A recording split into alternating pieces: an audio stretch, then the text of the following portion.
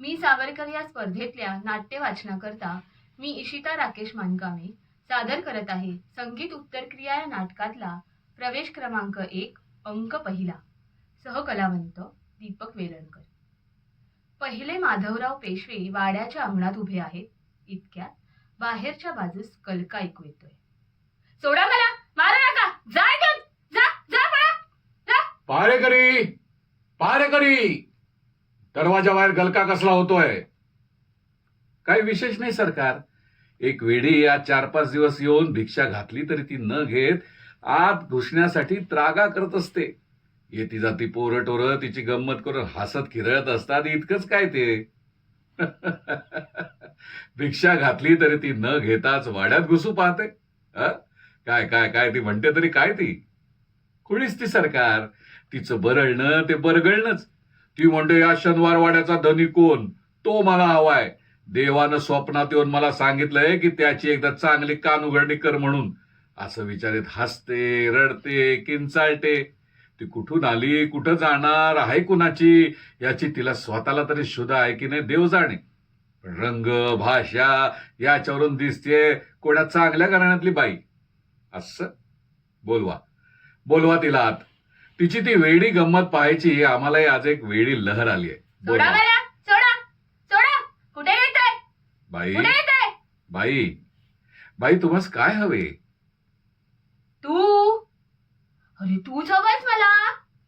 जसा मला स्वप्नात दिसलास ना तसाच, अगदी तसाच. शनिवार वाड्याचा धनी तू तूच. पण तुझं नाव काय? मर्यादा सोडणार तुला करशील तर. दाबू नका तिला असे. सांगा तिला आमचे नाव आणि आम्ही थांबवू तोपर्यंत ती जे जे विचारील ते ते तिला सांगा. बाई, श्रीमंत माधवराव पेशवे पंतप्रधान ते हेच. पेशवे? हा माधवराव? हा हा. बरं, ह्यांच्या वडिलांचं नाव? श्रीमंत बाळाजी पंत अर्थात नानासाहेब पेशवे. आणि त्यांच्या वडिलांचं? बाजीराव बल्लाळ पेशवे. आणि मग त्यांच्या? बाळाजी विश्वनाथ पंत भट. हेच पुढे पहिले पेशवे झाले. तर मग तू पुढचा भटच. पुरे झालं माझं काम. भटजी बुवा, मला सध्या पेशव्या विश्वांची काही काम नसून तुझ्यासारखा भटजी जवा होता. कारण कारण मला एक उत्तरक्रिया करायची आहे. होय, उत्तरक्रिया. त्यासाठी भट हवा होता, भट. बाई, कोणाची उत्तरक्रिया करायची तुम्हास? हे बघा, नीट शांत होऊन काय ते बोला. कोणाची कोणाची उत्तरक्रिया म्हणून सांगू तुला? अरे, शनिवार वाड्याचा जो धनी आहे ना तोच भट बोला आणि आमची उत्तरक्रिया कर. तरच आमच्या अंतराळात तळमळणाऱ्या तृप्त जीवांना उत्तम गती मिळेल. असे असे पाणीपती पडलेले सहस्रावधी अतृप्त विरात्मे माझ्या स्वप्नात येऊन ओरडत असतात रे. ते बघ माझे पतिराज. तो बघ माझा तनय झुंजत पडलेत रे रणात. बघ ती बघ माझी मुलगी. अगं आई, अगं बाई ग, घायाळ केली रे त्यांनी. रक्तबंबाळ केली त्या राक्षसांनी. त्या माझ्या पतीची, माझ्या मुलाची पहारेकऱ्या, तुझ्या बापाची आणि तुझ्या काकांची. आणि भटा, तुझ्या काकांची. काय? आमच्या काकांची म्हणजे भाऊसाहेबांची? आणि उत्तरक्रिया? होय होय, त्याच तुझ्या चुलत्याची आणि तुझ्या बापाची आणि तुझ्या भावाची, विश्वासरावाची. विश्वासरावाची? इतक्यात तळतळतोस काय असा तू? आणखी ऐक. अगं बाई, पण माझ्या पायात काय मोचलं हे? काचा पुन्हा काचा. ज्या वाटेनं पाऊल टाकावं त्या वाटेत नुसल्या पिचलेल्या बांगड्यांच्या काचाचा ढीग आहे. घरोघर बांगड्या फुटल्या. ते तुकडे पायात मोचून रक्तबंबाळ झालं ना रे माझं हृदय. भटा, मला त्या फुटलेल्या लाखो बांगड्यांची उत्तरक्रिया करायची आहे. त्या लाखांची नावं एका नावात सांगू तुला? त्या लाखांचं एक नाव पानिपत. मला पानपताची उत्तरक्रिया करायची आहे. आणि त्या पानपताच्या उत्तरक्रियेचा भट तू. बाई, तू कोण, कुठली? तू वेडी आहेस की शहाणी आहेस ते आम्हास काहीच ठाऊक नाही. पण तू जर खरोखरच वेडी असशील ना तर तुझे वेड आमच्या पेशवाईतल्या सगळ्या शहाण्यांच्या शहाणपणापेक्षा सुद्धा अधिक शहाणे आहे यामध्ये शंकाच नाही. निदान ज्या राज्यबुडाव वेडानं आमच्या दादासाहेबांना आणि सखाराम बापूंना आजकाल पछाडलंय ना त्यापेक्षा तुझे पानपतच्या उत्तर क्रियेचे वेळ त्यांना पछाडेल तर किती बरे होईल. पण त्याने तर सध्या पुण्यातच पानपत माजवलेलं आहे.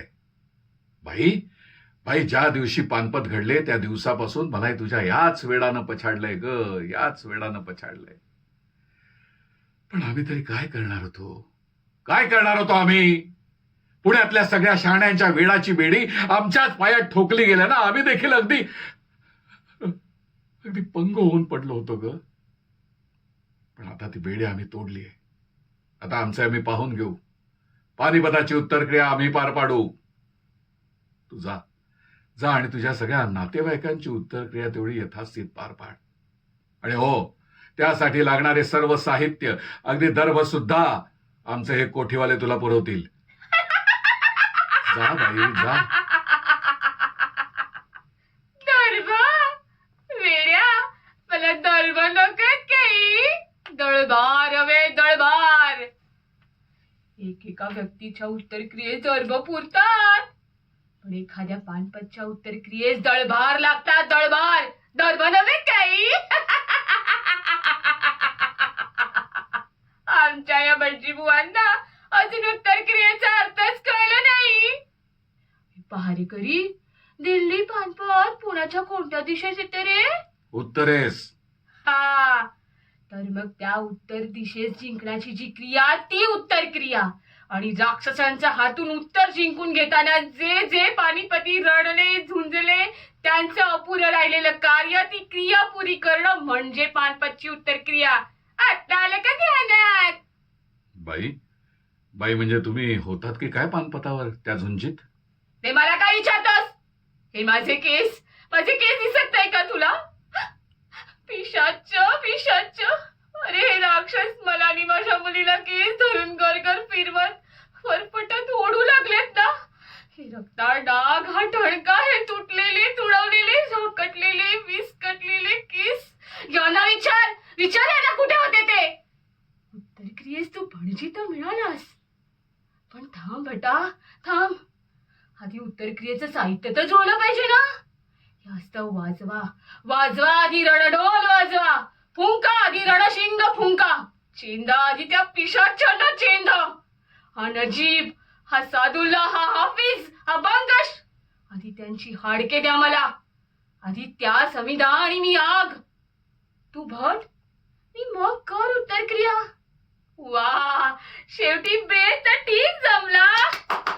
वेळाचा आनंद किती अपरंपार असतो, सहज होत नाही तुम्हाला. साऱ्या पुण्यात, साऱ्या महाराष्ट्रात अशी नाचत फिरण्या वाचून या वेडगळ आनंदाच्या कळा आता कसल्या थांबायला. सोनपत पानपत तुमची आमची गेली पत. सोनपत पानपत तुमची आमची गेली पत. बादशाह हिंदूपत घ्या सूड. साप विंचू मुंगूस पाल. मराठ्यांनो खरावार. मोगलाची तोडा ढाल.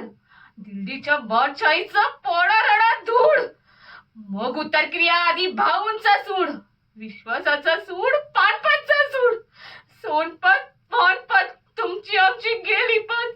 सोनपत पानपत तुमची आमची गेली पत. बस